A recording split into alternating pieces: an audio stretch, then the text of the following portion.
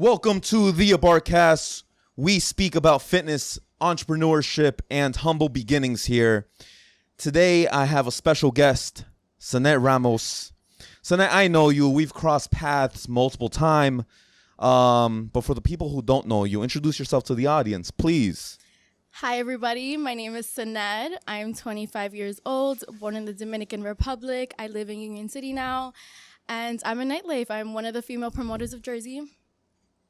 She is a huge name in the nightlife, which is one of the reasons why I have her here, guys.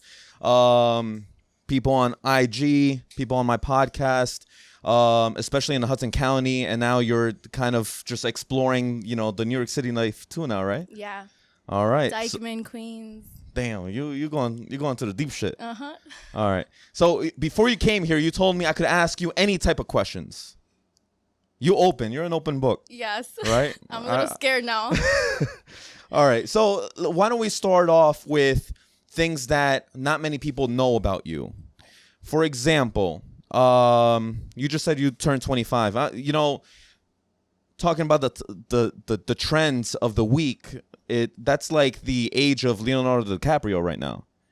Is it? Yeah. I mean, did you hear about the news where Leonardo DiCaprio is leaving or left his girlfriend, right? They broke up.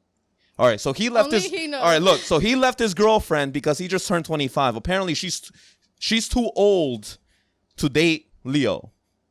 So you just turned 25. I mean, do you have any comment on that? If a guy left you because of your age, that's some ageism, right? No way a man could leave me because of my age, because women mature faster than men. So technically, I feel like I'm 30 at 25. 30. Mentally, right? Mentally. Facts. Not All physically. right. I look young. I want to make like a trend. That's like the Leo age. You know what I'm saying? All right. So going back to your story. You started off as a dancer, right? When you were kids with your sister? Yeah, I started off dancing when I was 3 years old in North Bergen, and I graduated dance school when I was 17. So like my junior year of high school, I graduated. I was like a job, honestly. I danced from like 4 p.m. all the way till 10, 11 o'clock sometimes. And I would go to school from 7 to 3. I was in the Gillette team. I did cheerleading. I did the dance company in high school. I was in like some of the clubs too. I think I did the junior pole club. So I was like a really busy person. What specifically did you dance? Like, was it like just like everything? Like the step, like No. drumline or No. salsa, merengue, bachata? I like did ballet, tap, jazz, flamenco, hip hop, acrobatics. I did acting classes. I even taught dance to young kids. So like when you're 17 and you're graduating the dance school, you have to be the teacher for the young ones. So I taught them acrobatics, ballet, tap, everything. And in high school, I was the Gillette. So it's basically like you're the dancer for the football team. Okay. And I even choreographed the dances for the Gillette team too, from freshman year all the way to senior year. Wow, look at you. Busy girl. Listen, like I'm gonna be honest. Not many people know this. I only told this story to my clients. I used to dance. I was forced to dance when I was growing up. What'd you do? Hip hop? No, I was forced to dance. I'm just gonna emphasize that I was forced. So my mother and my aunt, they both raised me. I had no father figure. So my mother and my aunt forced me to do tap and jazz. This is like an exclusive on the Abarcast. Like I've never shared this before live. Like, yeah, like that's the reaction I get. I get laughed at. No, but there's a lot of good male tap dancers. Yeah, listen, they called me Christopher Marron. Or They called me the Happy Chris Feet. Brown, the Spanish Chris Brown. Okay, And I was the right. only man in the academy. So like we would always perform in William Patterson University, and there would be like a performance event once a year, and I would be the focal point because I was the only guy at the dance academy. So I would dance with like, the high schoolers, the little kids, and all that stuff. I know that like when I was growing up, now I see it more that there's a lot of like male dancers and stuff, but like growing up I didn't see a lot. There was probably like one man and like that was dancing in like our high school and stuff, but You know what's funny? Like I hated it. I was forced to do it. so was It did help out with soccer because I was a bit more flexible. But I remember when I turned when I turned maybe 9 years old, I was in 5th grade. I just remember it was 5th grade. I told my mom, I was like, Mom, I'm a man now. I do not want to dance. I want to join a soccer. Because I would lie to my friends, telling them, listen, like, I have a soccer practice, yet I'm fucking, in my jazz shoes, dancing to fucking some soft ass shit. It sucked. I hated it. But I was forced too. So like my sister and I, we didn't want to dance. We would like throw tantrums. We were like 7 years old. And then it wasn't until like 8th grade, freshman year of high school that we actually got good at it because she wasn't going to let us quit. She was like, I didn't raise no quitters. You guys are going to stick through that. You're going to graduate. Then we got good at it and then we enjoyed it and stuff. But I was forced to dance. But honestly, I'm not even mad at it because dancing does create a lot of discipline. So I was very disciplined as a kid. Yeah. I mean, even now, I'm disciplined. Yeah, hell yeah, girl. That's why you're here. Mm-hmm. All right, so speaking about your parents, let's get into the juicy shit already, Sanette. Why not? Just let's just rip off the Band-Aid, the elephant in the room, right? You told me that you found out in 2016, out of nowhere, you were adopted. Mm-hmm. My sister overheard my parents like arguing. So I was raised, it's a little bit confusing, but I was raised with my mom, right? Her name is Ada, and then my titi, that's what we called her. Her name is Beatrice. So we were raised with both of them. We were told that our father passed away before we were born, and that, you know, my titi was just like helping my mom raise us. But when we found out, we found out because my sister overheard them arguing in the kitchen about vows, and she called me and she was like, Sned, I think our parents are gay. And I was in Montclair State University staying with one of my friends at the time. And I just started bawling into tears because I couldn't believe it. I mean, like, how, like, at what point were they gay? They never showed no PDA, nothing in the house. My mom used to ask, like, if a server was on the menu when we would go to restaurants and stuff.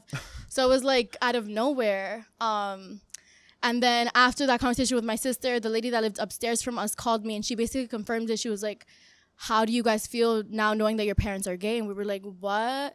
And it wasn't until like 3 months later when we left the house just like to process everything, because I mean, you go 18 years of your life not knowing that your parents are together and stuff. So it was like a lot to process. We didn't find out until 3 months later that we left the house that we were adopted when we sat down with our parents for the first time. And it slipped out of my titi's mouth that we were adopted. And that they kind of like explained the whole story to us a little bit.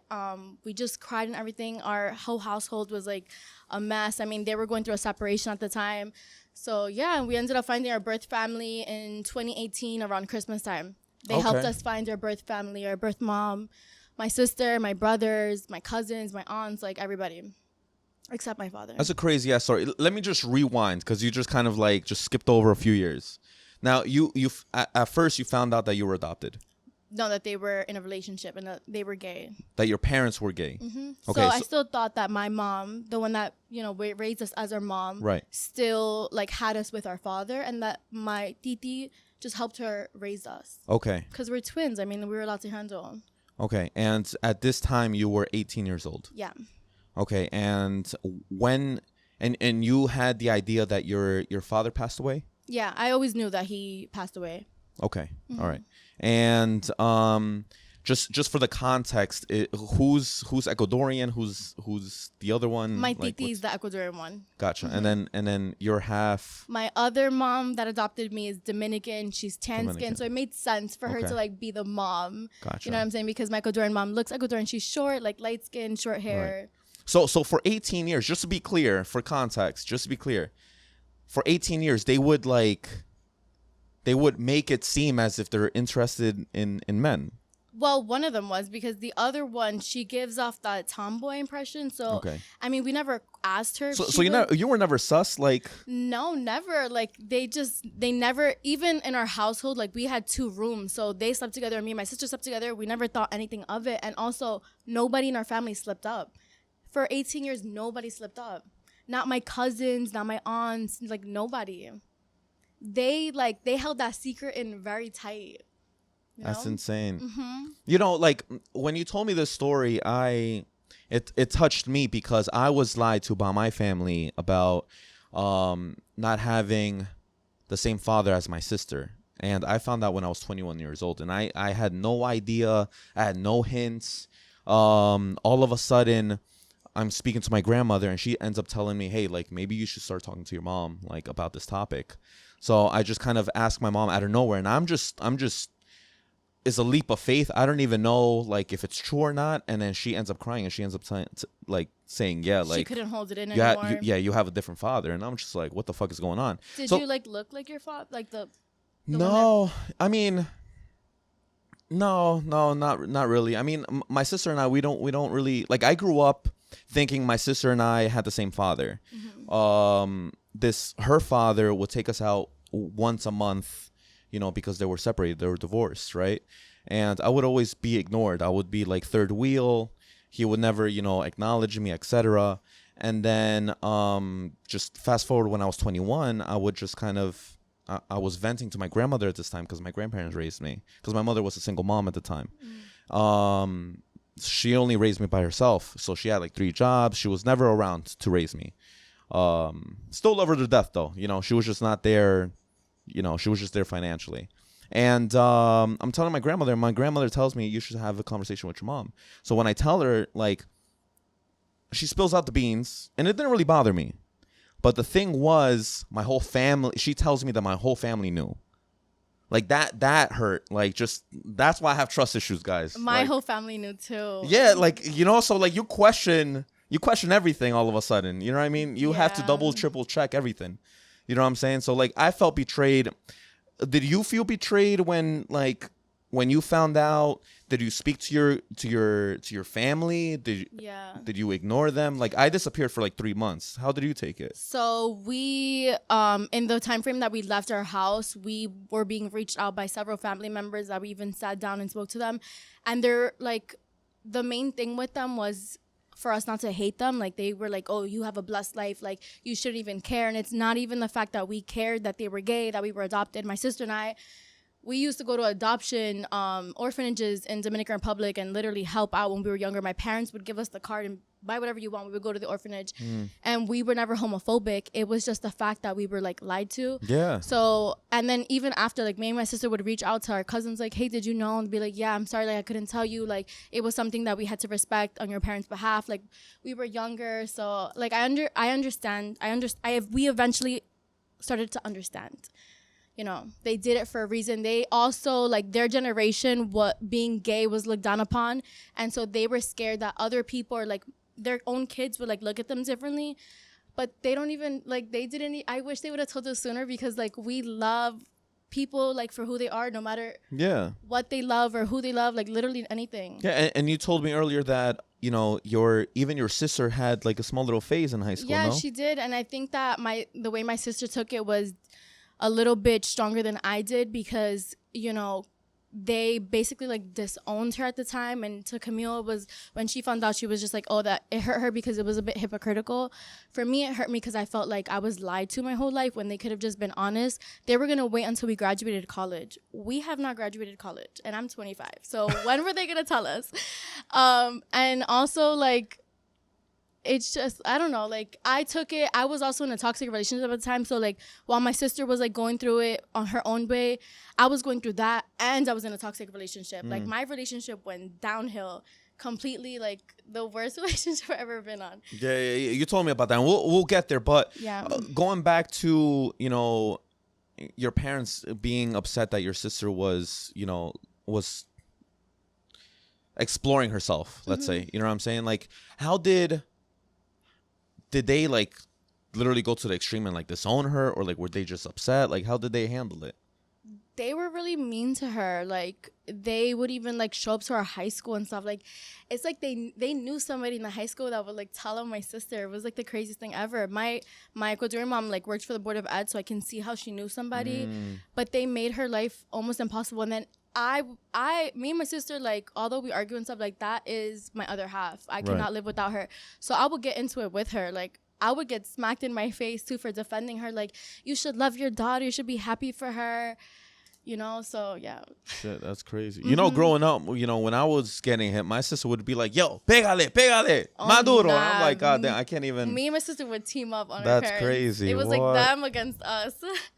So, all right. So going into finding your birth mom, that was what, 2 years after you found out that you were adopted, right? 2018. Yeah. I don't even know why it took so long. Me personally, like, I was still, like I was saying, like, in that relationship. So I wasn't even thinking straight. But I think at the time that I wanted to find her, I was already by myself. And I just spoke to my sister. I was like, should we like look for her? And we were kind of a little like scared to see how our parents would react. But once we called our mom, Ada, the one that adopted us, we were like, hey, like we're interested in finding our birth family. She was like, yes, I'm down to help you guys. And she was already living in the Dominican Republic because after they split up, she went to Spain and then she moved to DR to be closer to us. And right away she got on it. Like our birth mom is from Bonao in Dominican Republic. My mom was living in the capital. She went over there in December. Somebody heard her like asking for my birth mom and literally like was like, I know who you're talking about. I can help you find her. And she ended up finding my birth mom, called us up and was like, girls, like I found your mom. You guys can come over here. We bought our flights. We went to Dominican Republic. We were there for like 2 weeks.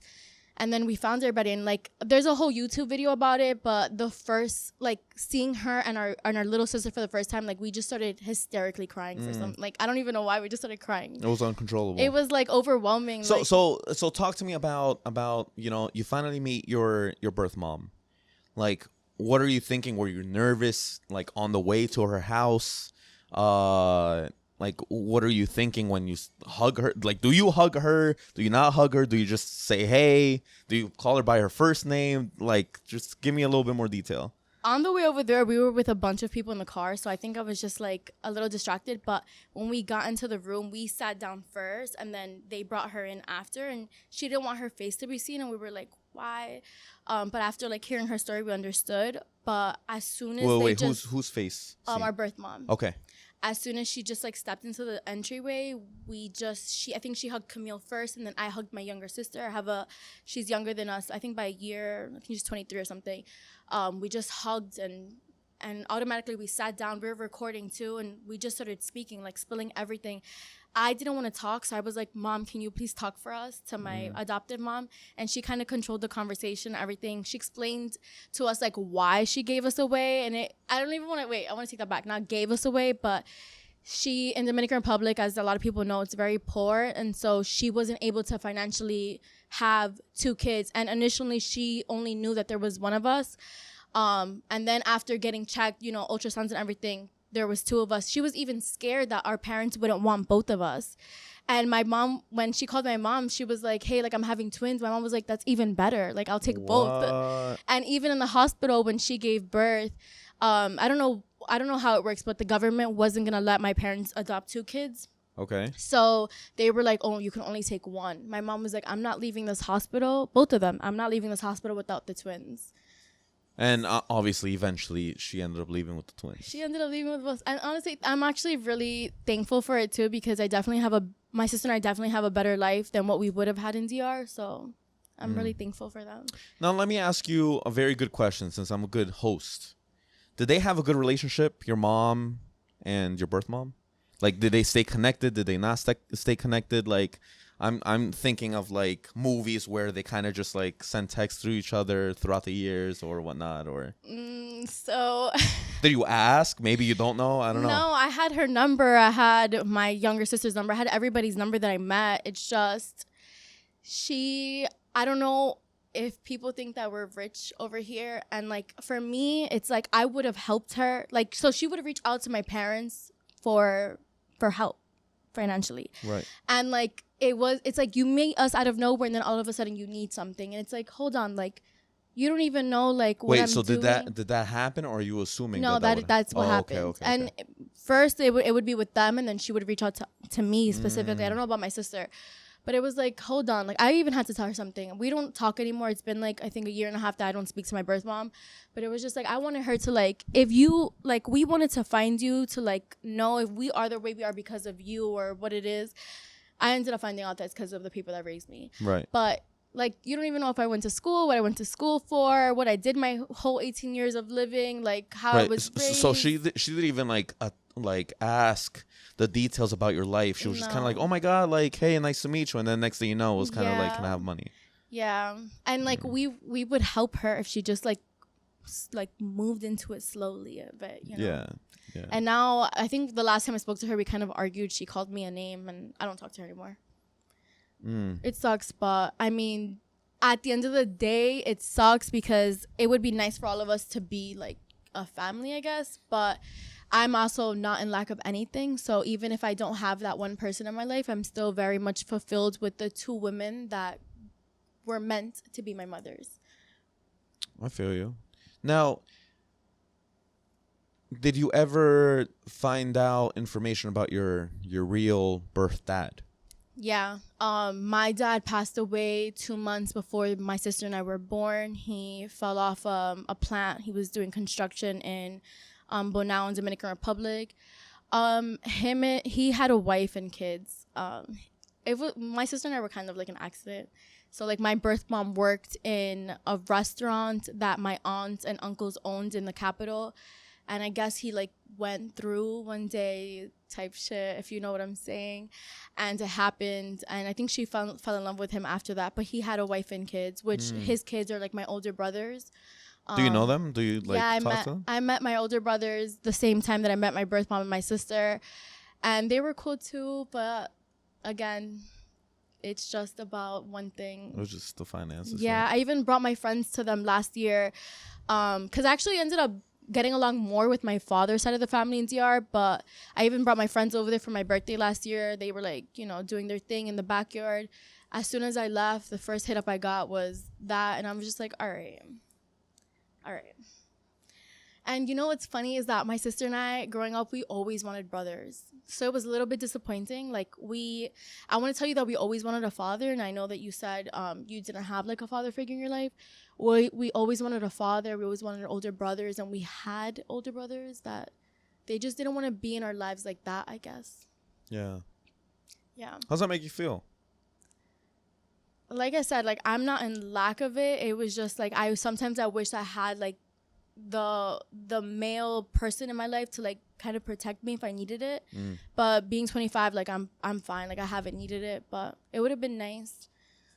Even like the whole I wish we had a dad thing, I think it was more when we were younger, when it was like Father's Day or bring your father to dance day or things like that. Oh, that's the worst, right? It's just awkward. Like, yeah, it's the most really awkward thing. awkward. Like where you're in school. Like imagine you're in grade school. Like high school is like all right, like it's whatever. You're almost an adult. You're a preteen. You kind of know what's going on. You're aware. And then grade school, you're almost like, you see all your friends, your best friends, and then your little crushes having their fathers come in, and you're just kind of like.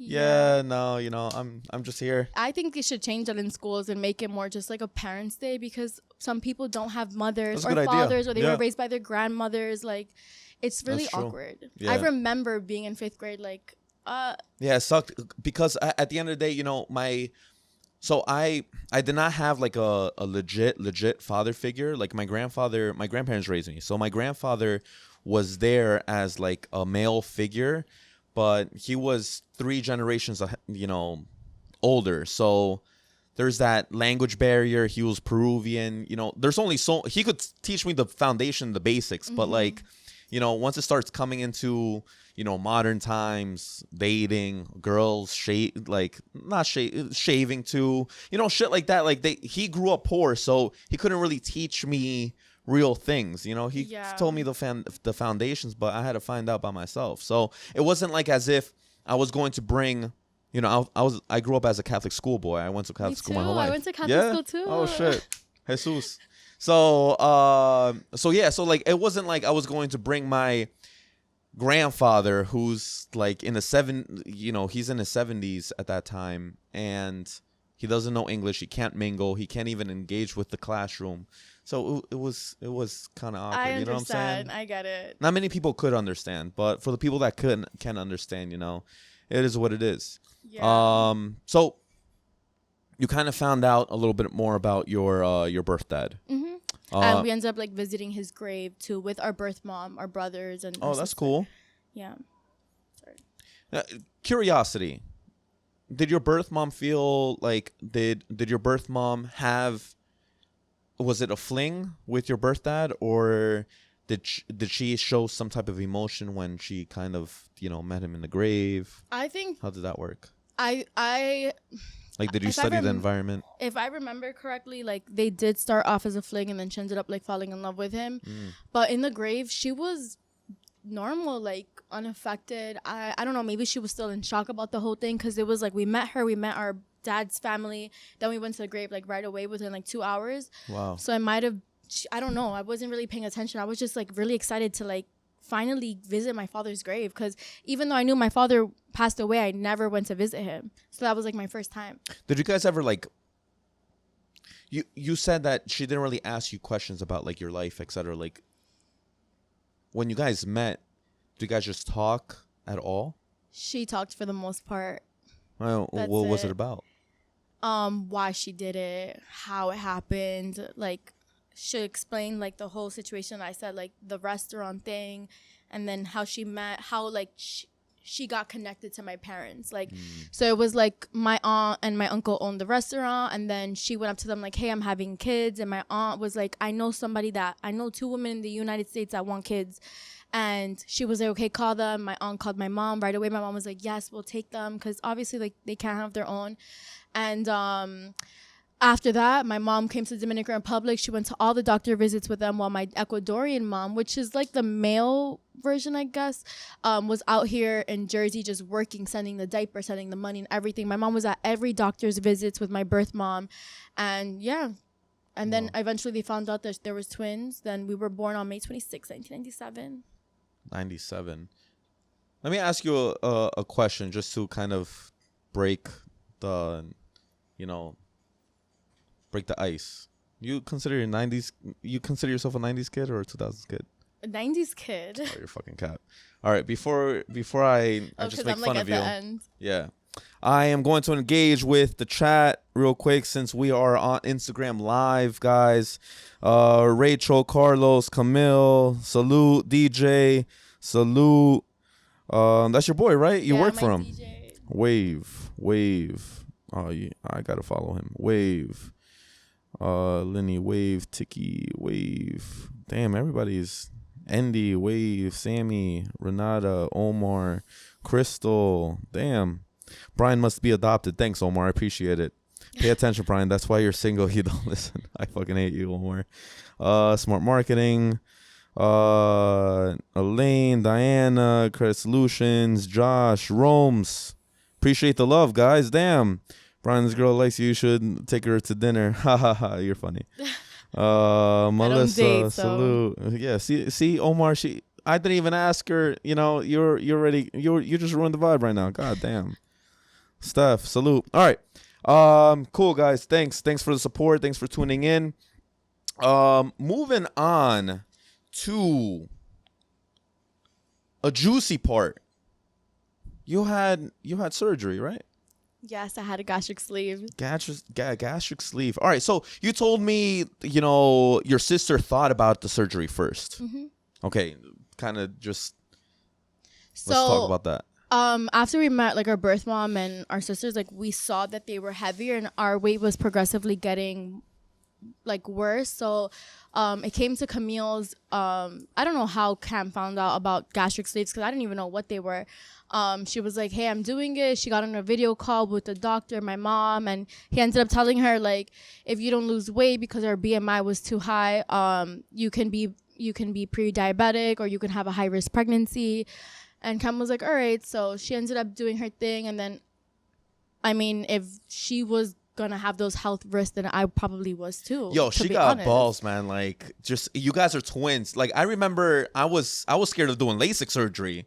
I thought I was going to lose an eye, like for her to, she went to a different country, right? We both did. We went to Mexico. You went to Mexico. She did the surgery first. Yeah.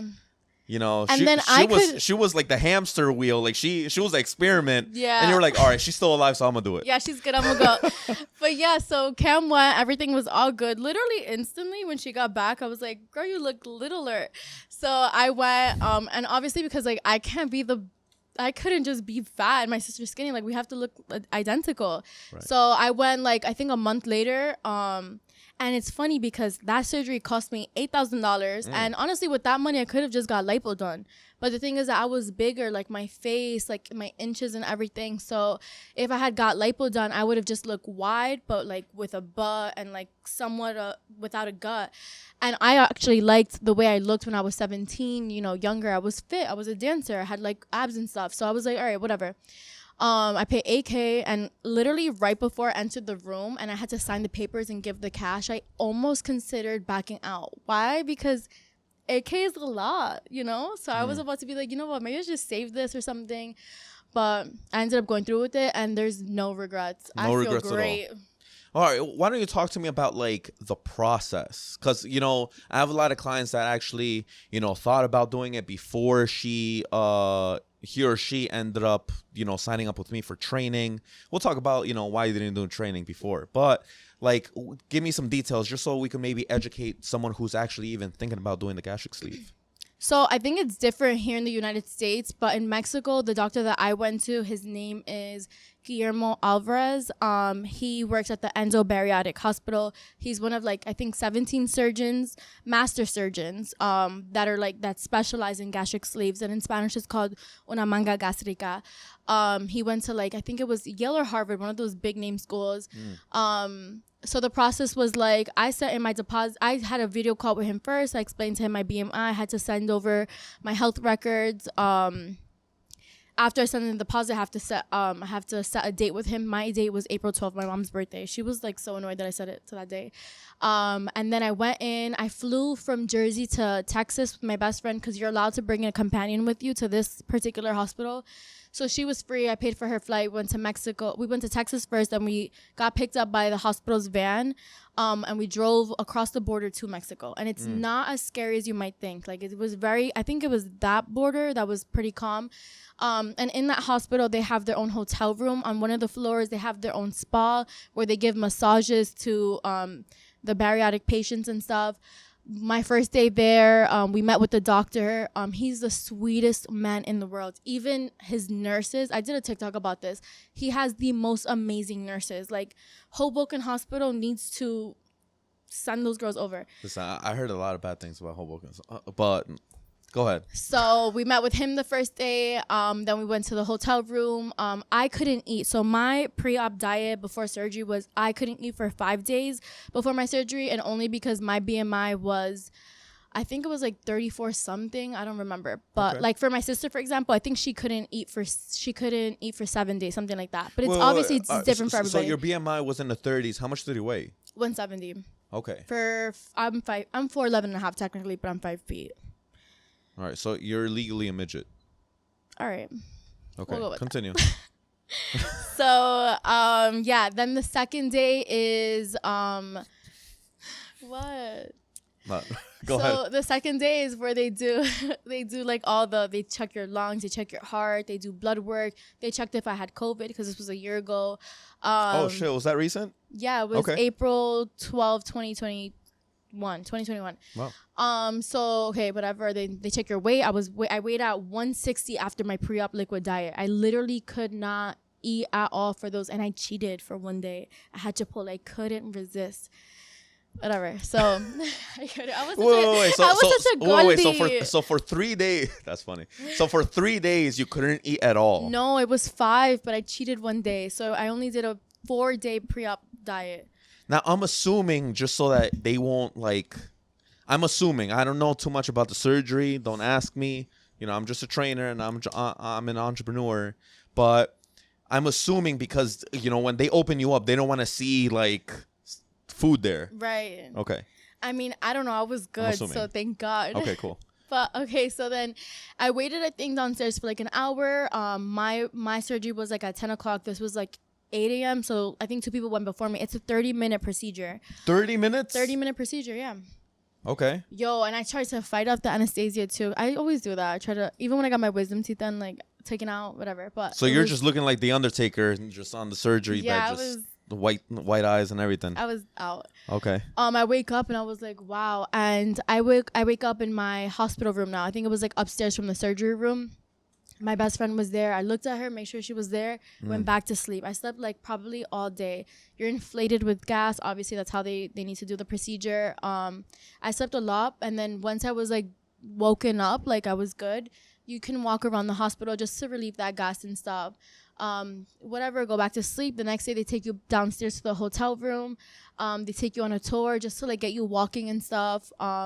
So that was 1, 2, 3 days. And then the next day, you take a flight home. They drive you back to Texas and you take a flight home, and that's it. You're walking. I took advantage of my surgery. I was holding my stomach like I was pregnant.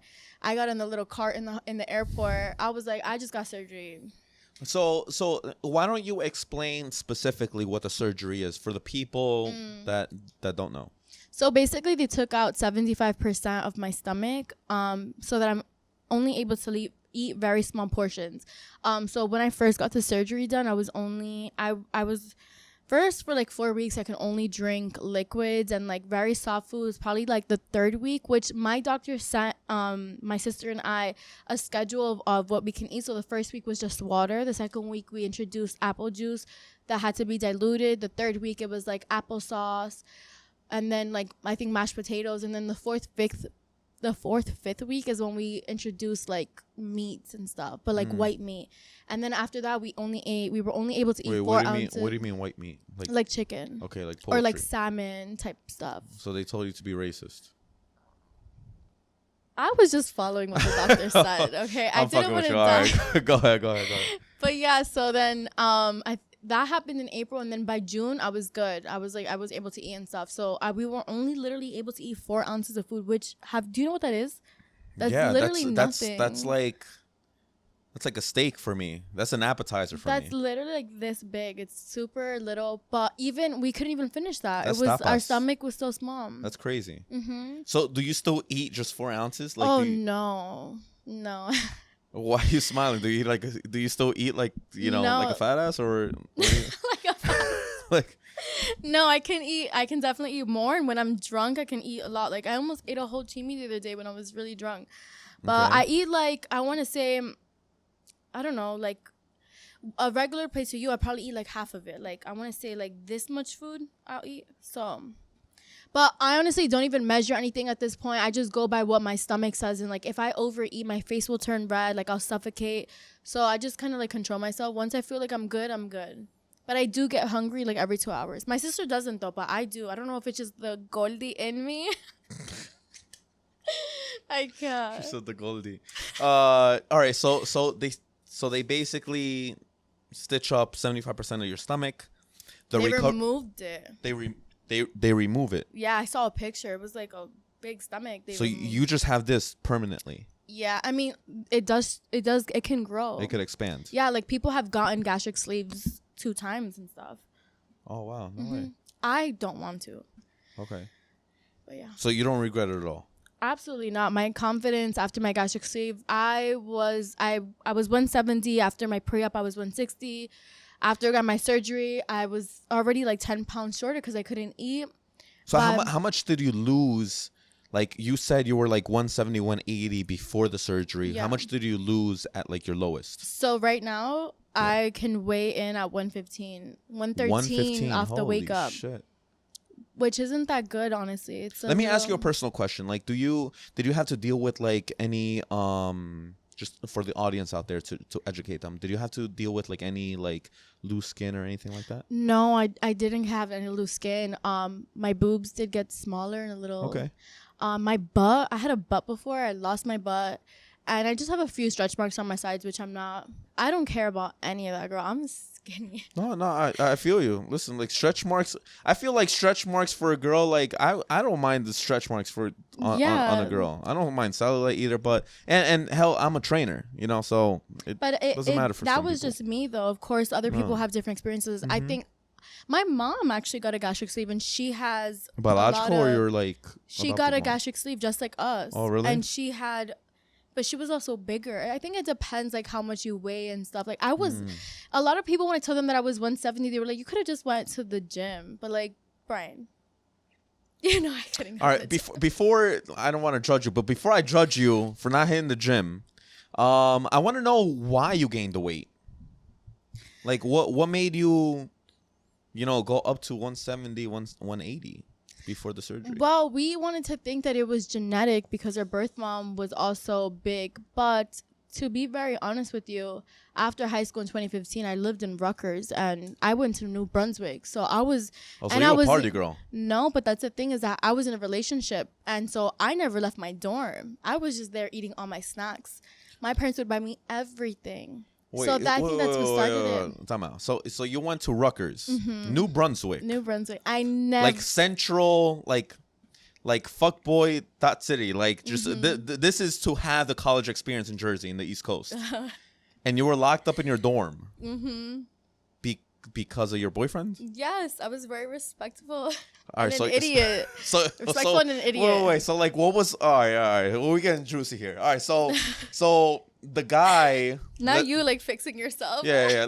Let's call him Little Jimmy because I don't know his name. So Little Jimmy would tell you don't go out. Would he ask for your location? Like, give me some details. It was just like the way our relationship was. Like, if I didn't go out, he wouldn't go out, and God forbid he went out because I would lose my shit. So I just never went out. We'd just be in the dorm and stuff.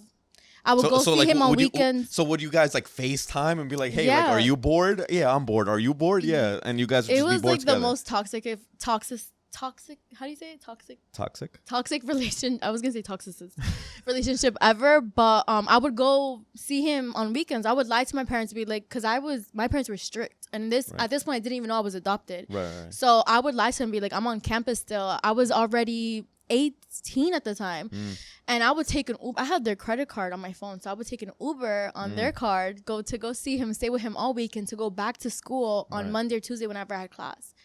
So I never partied on weekends, not even during the week. I was a good girl. Like at all. Ever. There was no, not even one story in Rutgers. Brian, the closest I got to a Listen, you guys are not together anymore, right? No. Like, this is your time to like maybe get some revenge and like share a story. Be like, fuck you, Little Jimmy. Like, there's nothing. Brian, Little Jimmy, you won. Little Jimmy, you won. You had it on lock. He's about to hit me up like, because me and him are cool. But the closest I got to a frat or sorority on college. On Rutgers on College Ave is where all of them are. That's the closest that I got to one of them, is because like their houses are there. They were doing like pizza in the face and stuff. Like, that was it. I never stepped foot or even came close to going to a college party. Wow. And it's funny because I'm a promoter, so yeah. You would think that it started in college, but no. Exactly. That's a little weird. You know, like I never had a college experience. You know, I went to Passaic County Community College. I went to a community college to save money. You know, my mom, who was a single mom, she was like, hey, like, listen, I sent your sister to like a 4-year school. You ain't shit. You're a guy. Just suck it up. Go to the community college. Let's save some money. And I was like, okay, mom, no problem. I'll do anything for you. So I ended up actually like getting a lot of grants, pocketing the money. So it ended up being great. And then I ended up going to Montclair State University as well. I hated that place, by the way. Me too. I graduated from there. So like I never like I would only go to local bars in the area, like in, you know, Clifton, Patterson, Passaic, etc. But I would never like party. Like I don't think I ever gone to like a frat party or like a sorority party, like, or whatever the fuck they're called.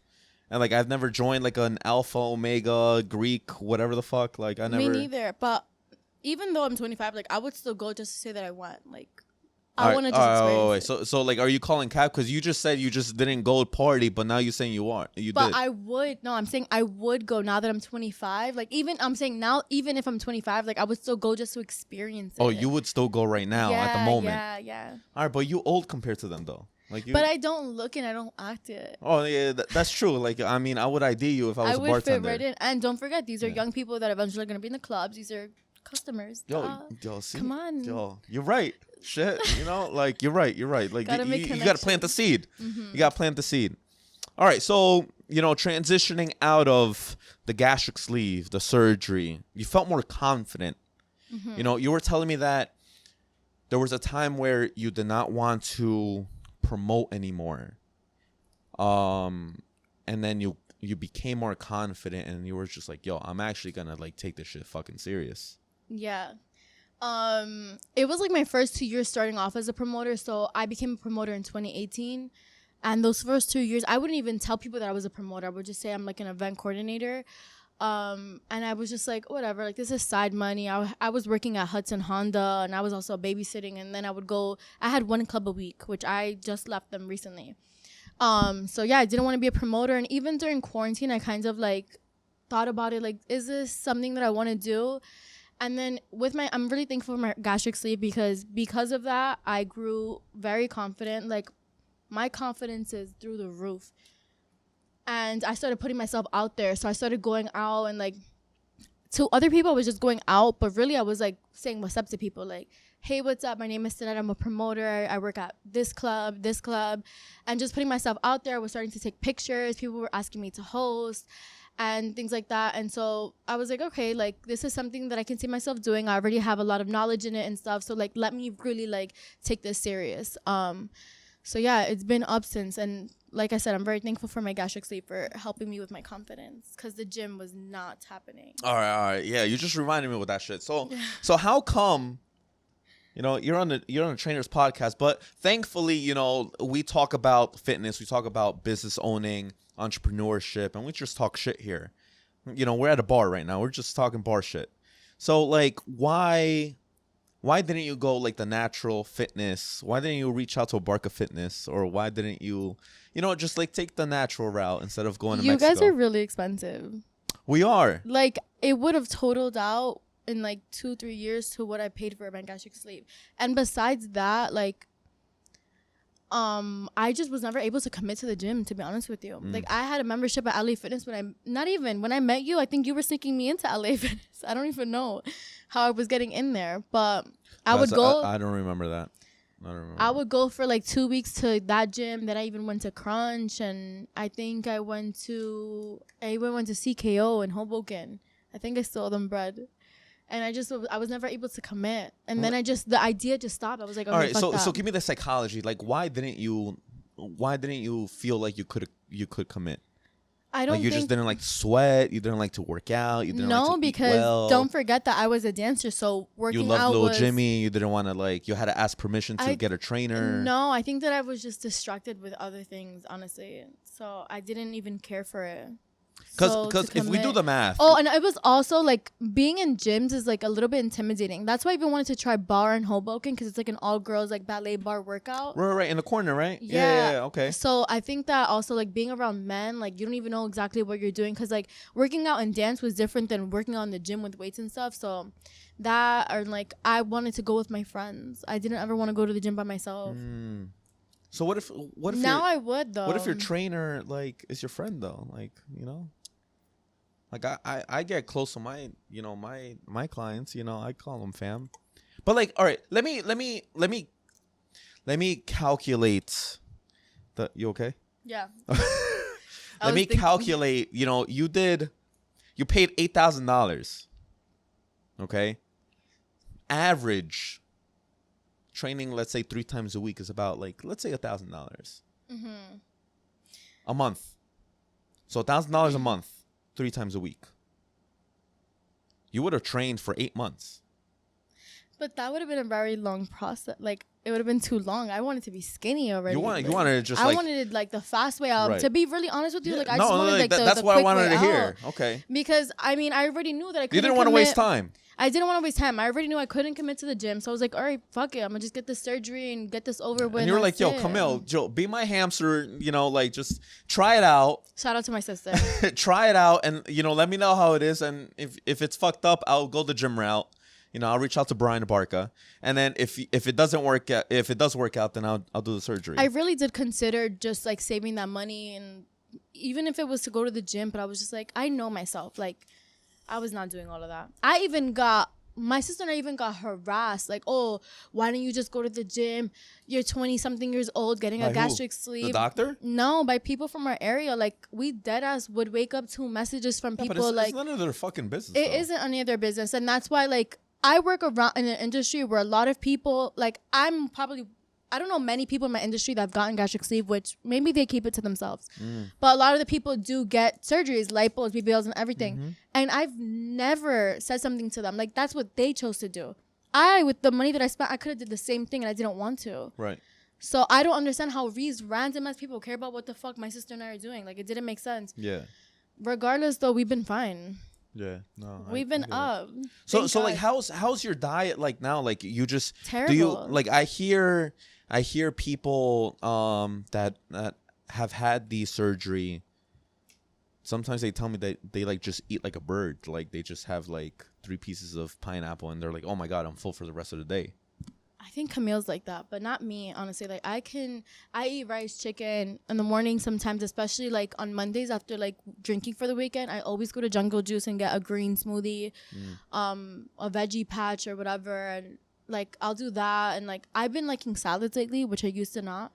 But I'm not gonna lie to you, like I do not eat the best. Like I still, after I'm lit on the weekends, like I'll still go to White Castle and stuff like that.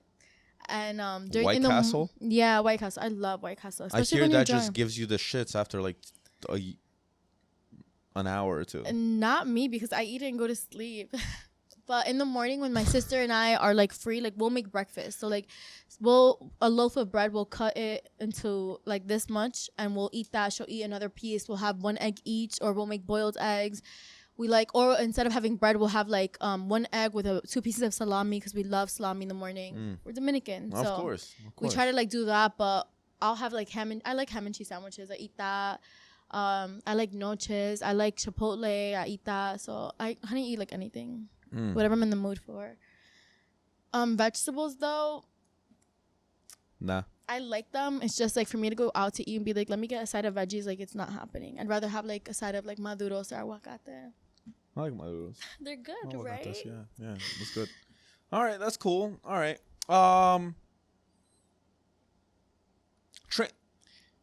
You threw a party at Phoebe's. That was your first party, right? Yes, sir. Talk to me about that. Like, did that inspire you to kind of be like, yo, you know what? I'm going to make this my profession. I'm going to start promoting. I'm going to be the biggest promoter in New Jersey who's a female. Fuck all y'all men. So the backstory is that my twin sister, she used to work for this person called JQ. He was the CEO of A-List, a promoting company here in Jersey. She was like his assistant. So she would work at D Classico with him, doing the door and in the office together.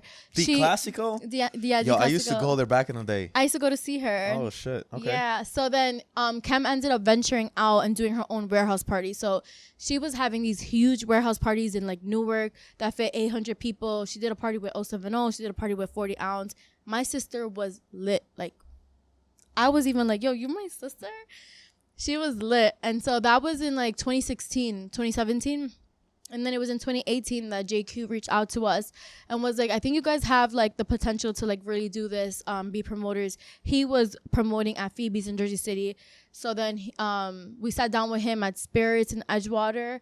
We had a drink and he was like, let's do this. Like, you guys have a lot of potential. My sister and I like, yeah, let's do it. So we worked with him as partners. And then we told Tommy to be like the guest bartender. And then eventually we did go. So I think he became a host while we were all partners. The party was lit. I just came across the videos. They were both packed. Where was this place? Phoebe's in Jersey City, which I'm currently back working there now on Fridays. And Tommy, I've heard of him. Tommy is another promoter? Yeah, he's actually one of the biggest promoters in Jersey. Okay. I've been working with him for 4 years now, like officially. So from there, somebody from Flow Lounge ended up reaching out. I think we did like 2-3 parties at Phoebe's before Flow reached out. And then we moved on to Flow. We started there in September 2018. And I just recently left in July 2022. After I felt like it was my time to go. Like, but yeah, Phoebe's and actually you like didn't get fired or anything though, right? No, I would rather leave before I get fired, like respectfully. Because a lot of people say that and then. No, like I called them and I was like, hey, like I think I'm good to go. Did you just get bored? Because I'm like that. Yeah, when I get bored, I'm just like, you know what? I'm not. The thing is that I had already been dreading being there since like November of last year, where I was in and out. I was like, I think I'm gonna leave by January. I think I'm gonna leave by March, and then I stayed because I wasn't ready. I felt because Phoebe's is the first club that I started working at as a promoter, but Flow is like the club that made me the promoter. Like everything I know, the people that I've worked with is because of Flow. And you were with, just to be clear, just context, you were with Camille. Yeah, at Flow. Cam was a promoter and Tommy was a promoter. And Tommy, shout out to Camille, shout out to Tommy. Yeah, salute to you guys. Hopefully I see you guys here one day. Yeah. All right, and then after Flow, you left Flow. Where did you go now? I went back to Phoebe's on Fridays. Okay. We've been doing really good, thank God. And last year, around May 5th, I started taking a Saturday party in Empire and Elizabeth. And it's been good. I was working there with Tommy, and then Priscilla is like the first female promoter, besides my sister, that I've worked with. Me and her stayed, and we just brought in another partner. His name is Sam. He's from Elizabeth. So we've been doing good. Okay. So then you guys are like the trifecta, like just taking over New Jersey nightlife. We're the young ones coming up, you know. Like there is a group of like older promoters, and I think that we're like that group of transition. like, yeah, that we're Like with the millennials and the Gen Z, because yeah. I'm not gonna lie, like this is one of the reasons. So that we've crossed paths a few times, you know, like I'll see you in LA sometimes, you know, you're friends of friends of friends and da da da, etc. You know, I'll see you at the club one day, etc. But like I'll start seeing you on Instagram a little bit more, or like I'll start, you know, if I'm training a client, if I'm training a client's friends or whatever, like you'll pop up, and I'm just like, yo, Sanet's doing her thing, girl. You know what I'm Yeah. saying? So like, so then when I see Sanet, I'll see, you know, your other promoter partners, and then it's just like, yo, like, I know these people and they taken over the nightlife. It's crazy. Yeah. And it's funny because the fact that you're like, oh, like you're seeing more now, it's, and like I said, like I didn't take it like that serious years ago, but now that I am, a lot of people didn't even know that I've been promoting for 4 years. There's Yeah. DJs that are like, yo, like you're, because we used to call ourselves on Flow like Tommy X Twins, and like they'd be like, you're one of the twins. They thought it was just like Tommy, and That's a like good they name. didn't know Tommy X Twins. Like it was very catchy with Flow Fridays. Right. And so it's now because I literally, after, not even after my gastric sleeve, a little bit before, I literally told myself like, after I get this done, like it's up for me. Like that's it. I was even with somebody at the time, and I was like, it's up. Like if you're not here, like it's your up. Yo, word, I feel you. So, cause let me ask you this, because I've been to Flow a few times, and I'm not from Hudson County. You know, I grew up in Patterson. You know, I grew up around there, Passaic County, and when I moved to Hudson County, Flow was like the vibe around that time, and this was like pre-COVID-ish. And when I would go to Flow, I would hear from multiple sources that like it would just be the same people always going there. Is that true? Is it like just random people? Is it just Hudson County people? Is it just I or mean, both? yeah, but it worked with like it was a local club. It wasn't a barcode or lobby where every week you go, you're gonna see new spaces. It was a local venue, and Right, right, right. and And everybody, it would always be sold out. Like it would always what I be would sold see, out, right? and people really enjoyed going there, regardless of the fact that there were altercations that happened. Like people did enjoy going there. I felt like Flow was my home. Yeah. Like I was there every Friday. I only missed when I would go on vacation, which was like 5 times a year. I was there every Friday. Like I would see, like I follow a few like Instagram personalities, and they're hilarious. Like, you know, for example, like Tyler River, and he started promoting in like Flow recently, right? Yeah, I think that nigga's fucking hilarious. He is really funny. He's like that in person, like without being on Yeah, TikTok. no, I can imagine. I mean, I met him once at Flow. I don't know if Tyler, if you're watching this, if you remember, I met him once. I was lit. I think he was lit. I gave him a shot.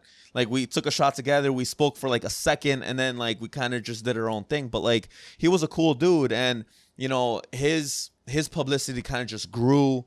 You know, in parallel to Flow. Like, is he still in Flow? No, Tyler left in May. Was this at the same time you left? I left in July. Oh, okay. But Tyler, you know, Tommy had left in September, and then Tyler came in, and it was great. So he kind of like took over to replace yeah, Tommy? he did ask though, like just out of respect, not to step on anybody's toes. He did ask Tommy if it would be okay, and it was great. He brought in like people that I've never even seen at Flow. Like he's from like another side of town, and also he's very well known in New York. He did have like a whole, like we have a group of DJs that we work with often, and then he knew DJs from New York because I think he was from the Bronx. So it just brought like a different vibe. But he did leave in May. I'm not gonna lie to you, like we had a really rough patch at Flow where we were just so slow. Like it was like annoying how slow. Like we would try bringing incentives and stuff, and we were just really slow. I feel that. It comes with the industry though. Yeah, no. I get it. And you know, the world's so small, because you know, I didn't really know about Tyler until I noticed that he was really good friends with I guess I don't know if they're still friends. His name is Rob. I used to work with him in LA Fitness. I used to call him Chiquitin. If Chiquitin, you're listening to this, you're watching this, shout out to you, bro. I still remember you. You know, you were my brother there at LA Fitness, but you know, he was there, and I noticed that they were best friends, and they were just like all about the hookah vibes, and then all of a sudden he became a promoter. You know what I'm saying? Yeah. I don't know who Rob is, but No. Tyler loves his hookah. Yeah. No. Hookah's dope. All right. So why don't you just teach me a little bit? Just give me like a summary of like how the nightlife is. Like, what's the typical when the weekend starts approaching, you know, and the vibes are like, yo, the body feels that it's fucking Friday, and I need to start popping bottles and putting the tip on the hookah. Pause, no homo. You know what I'm saying? Like when do you just like what's the lifestyle of Sanette when the weekend comes and you're about to just go on the Sanette, you know, mask and that persona? So sometimes it'll start on a Thursday, so just make sure my hair is done, my nails are done, my eyelashes, I need to be with eyelashes. I'd be harassing my lash tech. And then I'll go into work. I used to go in at 9 till closing, but I've been going in around 10:30, 11. Just make sure our door girl is there, our team is like all ready and stuff. And then I'll just sit around with the door girl and the hostess. If our hostess is busy like walking somebody in, like I'll walk in the next person. We play as promoters. I think that a lot of people think that we just kind of like sit in a VIP and just drink for free or Honestly, something. I thought that. No, because I buy my own stuff sometimes. I mean, it depends on the venue. Stuff but like what? My own bottles. You know, Okay. and sometimes even just to bring my friends, and I'll be like, hey, like I got the first bottle, and if the club isn't giving it to me for free, like it's an incentive to bring like girls into a VIP and stuff with guys. Oh, all right. I didn't know that. So is it yeah. like 50-50? Is it like most of the time you're popping, you know, you're dropping like 200 on like a Henny bottle? Yeah, it'll be like 200, which is okay because we will hope make to make that back. Right? Yeah, exactly. So promoters, honestly, they play more of a general manager role. We don't just sit in a VIP. I mean, there are times where everything is set. We have people to do everything. So we'll be able to hang out.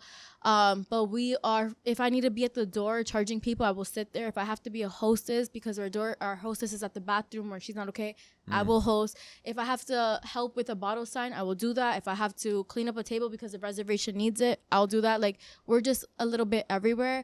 And during the week too, like we be having meetings and stuff with our team, managers. If I have an event coming up at a new venue, we have to sit down with the owners and the general manager, which Brian saw last week when I was on the phone with him. I was like rushing to go to a meeting for a new event.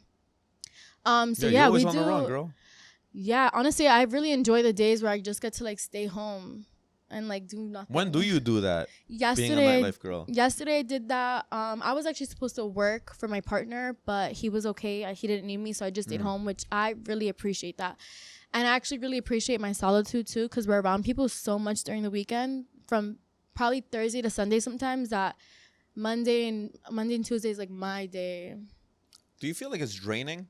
100%. I've even heard from other people that they wanted to leave nightlife and just get a regular corporate job and stuff. It's draining but rewarding at the same time.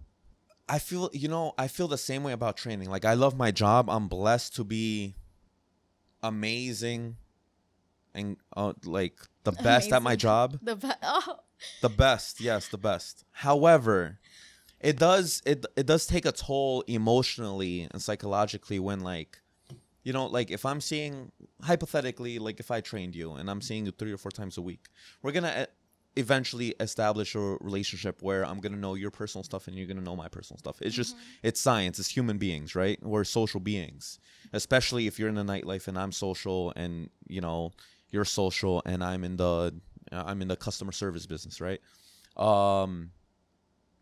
We're going to eventually have a very close relationship. So at the end of the day, you know, you end up telling me your personal issues. I end up sharing my personal issues, and times that by like 60 people. Like I'm constantly every week just, you know, engaging with 60 people, talking about their problems, talking about training, and on top of that, still being physical and training them. So like it does get draining to the point where, like, when I get home, I just want to be in silence, just watch TV, off just your fucking phone. scratch my ass, man. I just want to scratch my ass at home sometimes, you know? Yeah, 100%. Honestly, it's definitely draining, especially because I don't have fun.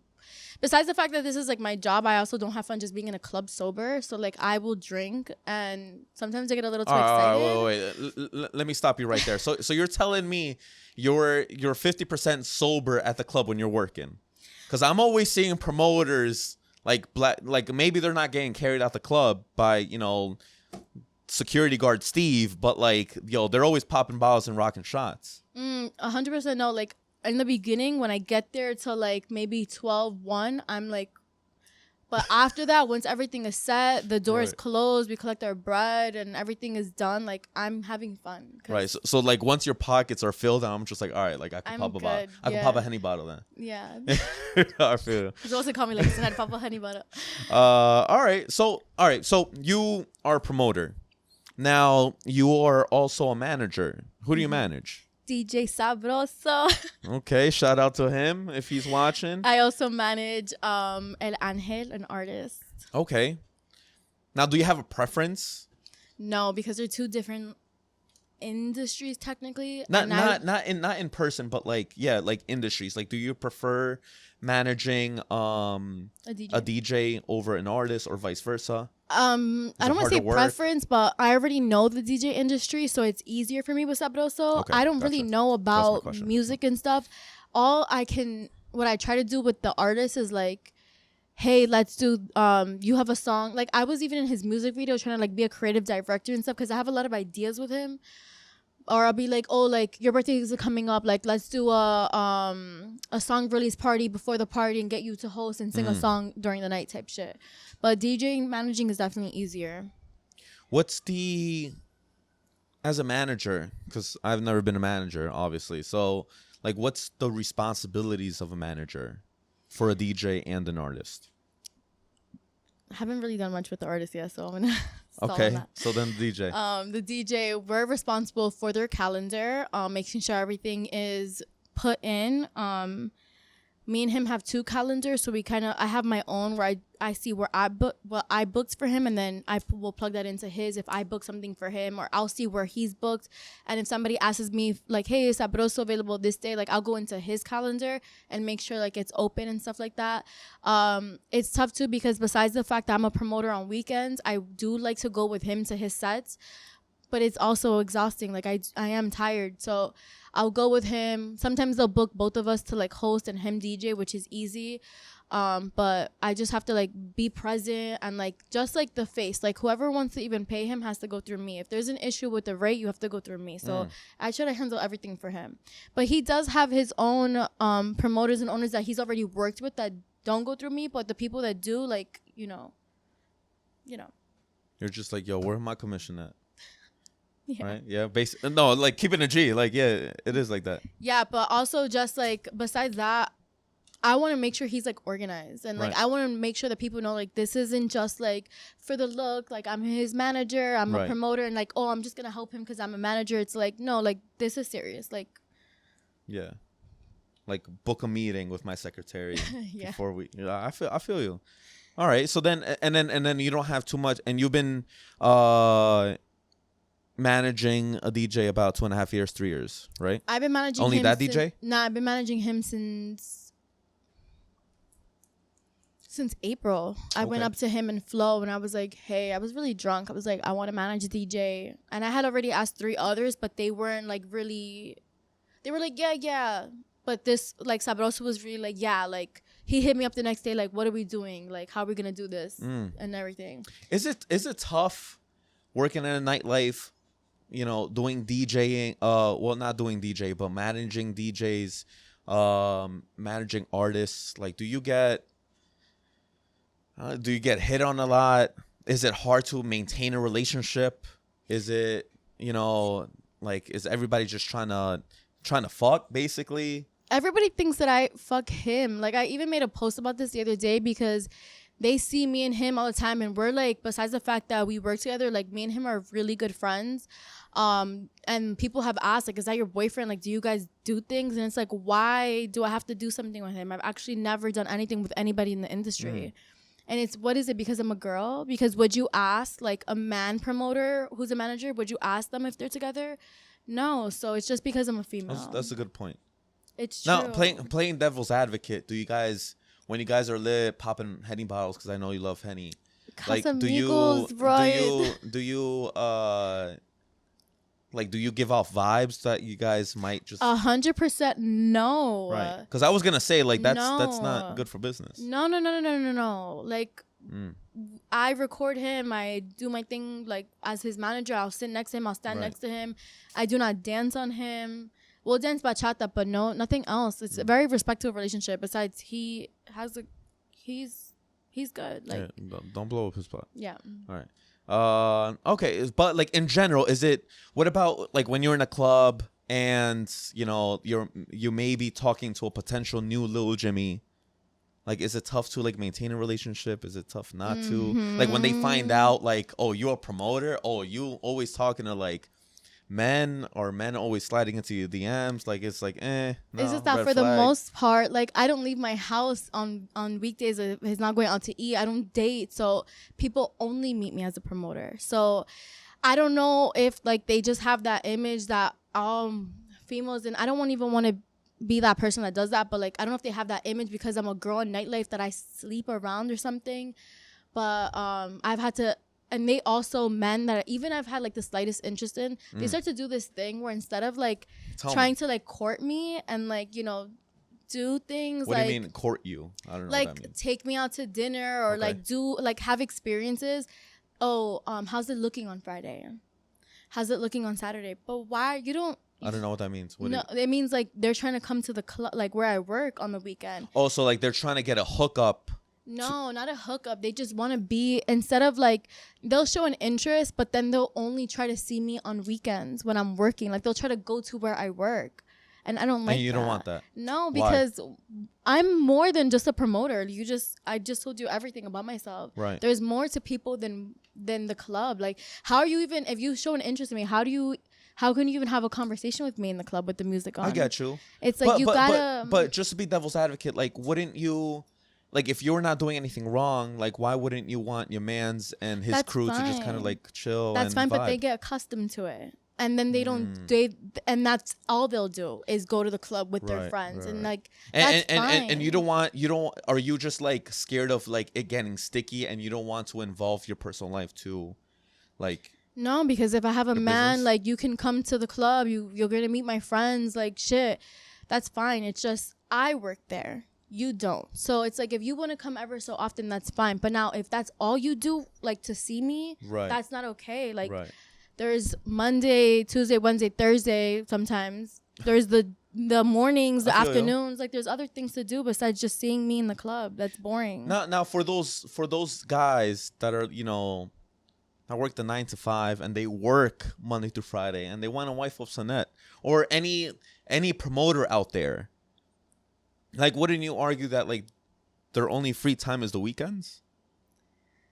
Yes, that's fine, but I'm free in the afternoons, evenings, and sometimes on weekends. Like, I don't always work on Sundays. Okay. I be having like a party once a month type shit. I don't always work on Thursdays. Like, even before, I go to work at 11 o'clock at night. Like, if you get out on 6 and this is your Friday, it's Friday night. Like, you can... Like, I don't know. Even if it's like I don't require much. Like, I'm a very like. What, Sonette? It's great that you just mentioned that. What do you require? I don't require much. First, like, I don't like to be bothered. I don't like the phone calls, none of that. But I like to go out to eat. My friends and we go out to eat. I like to go on vacations. Like, I'm about to go to Miami on Friday. I just got back from Orlando. I'm going to DR in December. Like, I like to go away. This girl's a promoter, and she's going to Orlando last week. She came back. She did a podcast. And now she's leaving to my goddamn and girl. I was gonna go to DR, but I had the podcast. But so I my bad, girl. My bad. I like to this do content things. though, girl. Come on. Yeah, I know. I'm not mad at it. Okay, good. But I do like to do things. Like, I'm like this a lot. Sorry.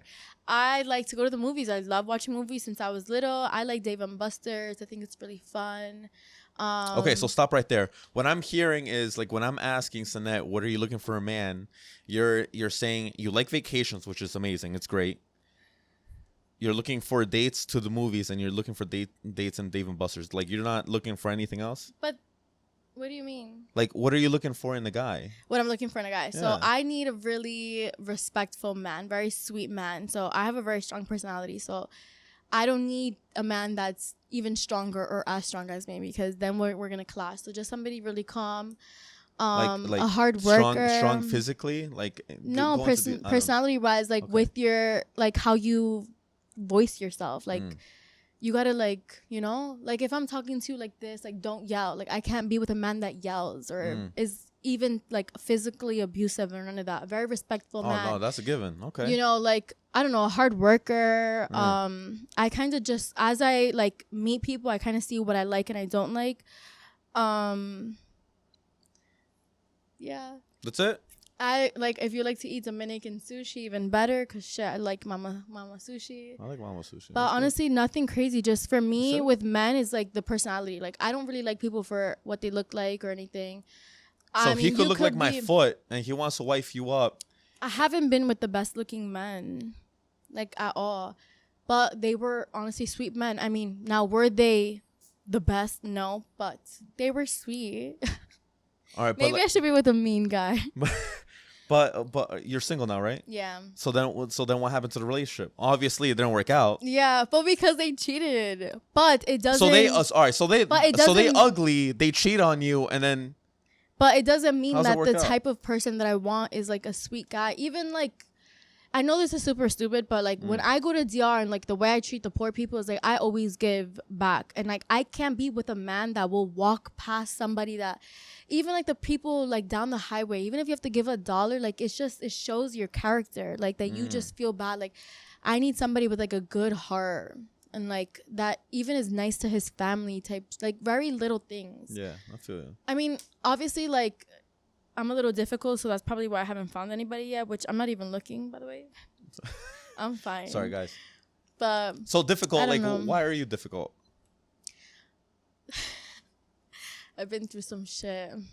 No, but like, what are some qualities? Because I could tell you some qualities that I'm, you know, I lack, and that might disqualify me in relationships. Like, it's just keeping it real. You know what? So you could feel a little bit more confident, you know, showing or saying or sharing your qualities. Let me share mine. You know, like for me, I have a lot of trust issues. You know these people? Alejo said something. Ask her, how does she remain proactive on a bad, slow night? Oh, that's a good question. Thank you. What's his name? Alejo. Thank you. I appreciate that. I'll definitely ask that.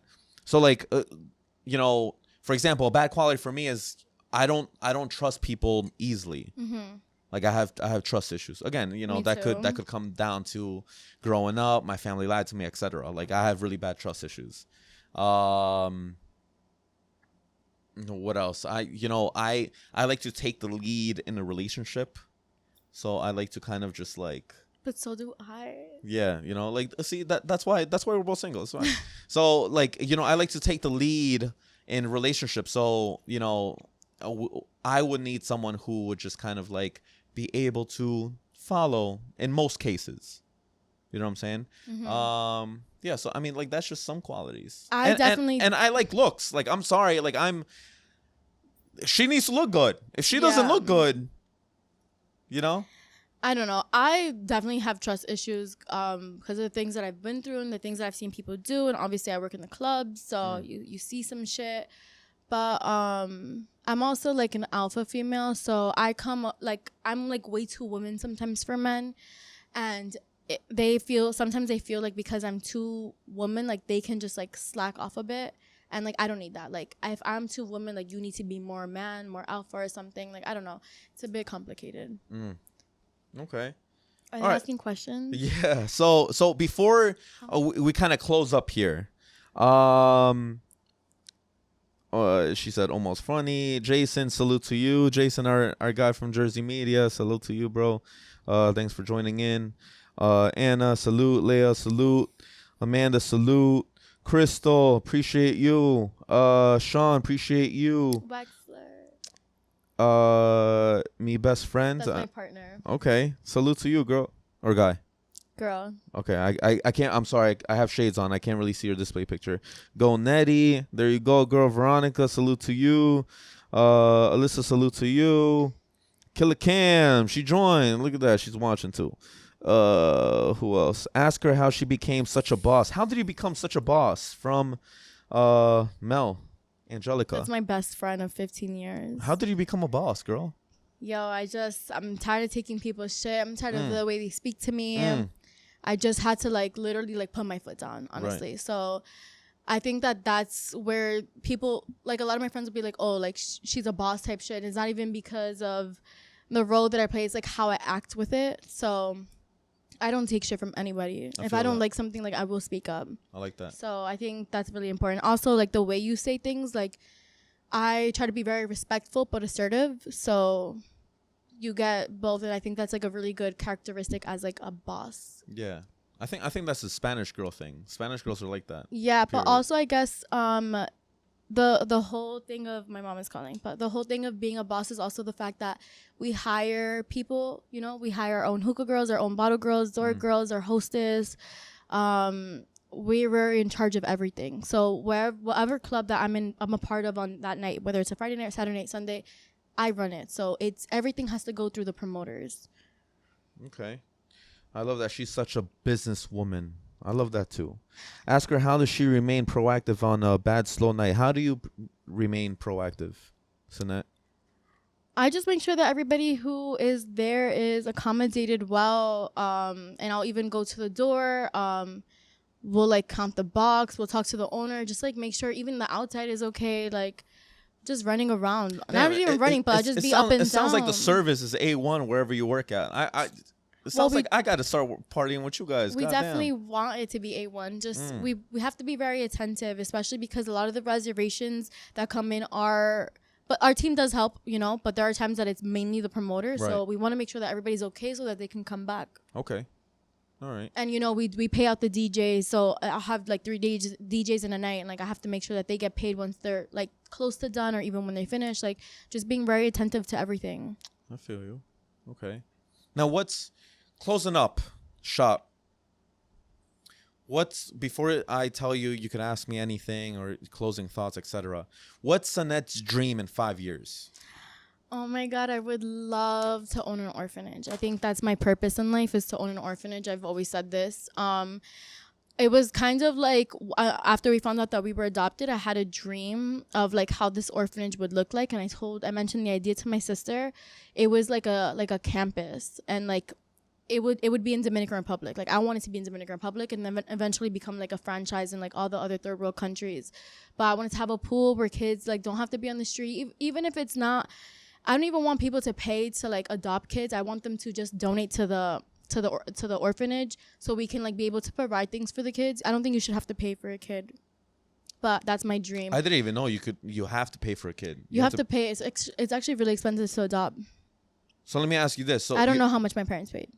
I don't know. So they paid for you guys? I didn't even know that. They definitely had. I don't know exactly how much. I don't know. I just know that to adopt, you definitely have to pay. What? I thought it was just like, you know, you're being good I think Samaritan. That foster care is like when the government gives you money. But adoption, you definitely have to pay. Wow, I didn't know that. But that's definitely my dream. Even when I go to Dominican Republic and I help people, I'm mostly helping the kids. Like we'll see kids in the street like selling shit. Like I'll literally give them all my money. I actually spent like $500 just giving kids money, like in March when I was there. But that's my goal. And my purpose. All right, so that's 5 years. What's your ultimate goal? What's your goal in 10 years? That's the ultimate goal. That's your ultimate goal. That's the ultimate goal. All right, so then what's your 5-year goal? 5-year goals, I definitely. In 5 years, when you're 30. I don't think I'm gonna be in nightlife when I'm 30. Where do you see yourself? I just want to own businesses, honestly. Like I even said this in my other interview. Like I want to own property by the end of this year. I eventually would like to. So you're trying to be like Brian Abarca. That's what you're trying. Yes, okay. I want to own property. I want to own my own restaurant in Dominican Republic. I want to like move more towards there, like not so much be in Jersey. I love Dominican Republic. Like I would live there. I actually thought of going to school there. So that's what I want to do in like 5 years. That's cool. I just came from DR. I took my mother out to on vacation there. Rare. Yo, is Punta Cana. Can you believe that's not DR? I'm pretty sure it's in DR. I'm pretty sure I flew into DR. It is I went through customs. They checked my pockets. But Punta Cana looks like every other country. Like you can go to Cancun and it looks like Punta Cana. Dominican Republic is you gotta go to the hood. Like that's DR. I mean, shit. Then I need someone to You take me gotta to the hood. Then You gotta go again to goddamn. DR. All right. I'm going in December if you want to come. All right.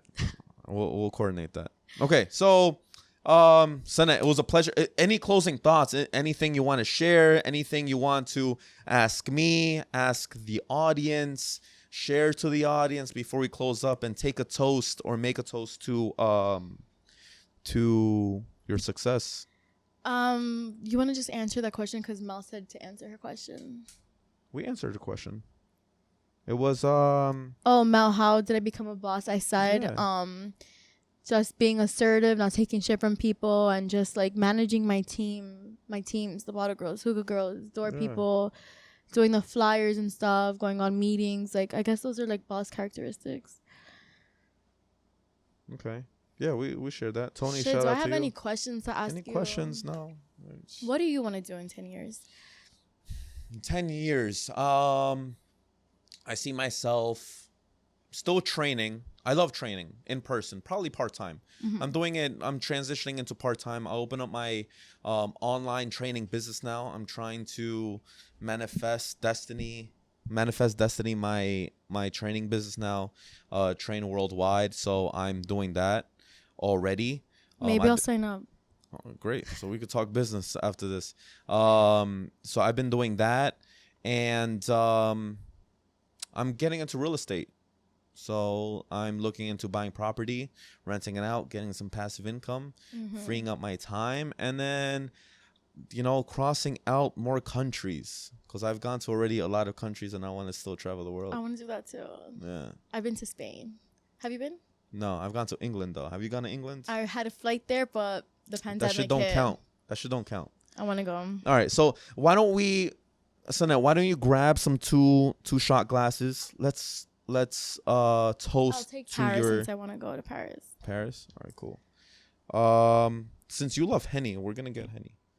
Brian, I like Casamigos. You told me you love Henny, guys. When I was she told me she loves 21, Henny. I used to drink Henny, and it used to make me very aggressive. I used to turn into the Hulk. Well, I mean, we've been drinking Henny the whole time, and you haven't gotten aggressive with me. I think it's because you're finally with someone who's a little bit more. What? That's you poured the whole bottle. Come on, stop. All right. So, Sonette, it was a pleasure having you on my podcast. I hope to see you soon. Hopefully with your sister, hopefully with your business partners, hopefully with your DJs, your other friends, your personalities. Yeah, man. All right. It was a pleasure. Thank you for having me. I learned a lot from you, and I loved hearing your story. Thank you so much, Brian. Guys, it's been a pleasure. Make sure you follow Sonette on her Instagram. Everything's going to be tagged. Make sure you subscribe to this channel, to this episode. And I'll see you guys on the next episode of the Abarcast. Sonette, it was a pleasure. Love you all. Thank you.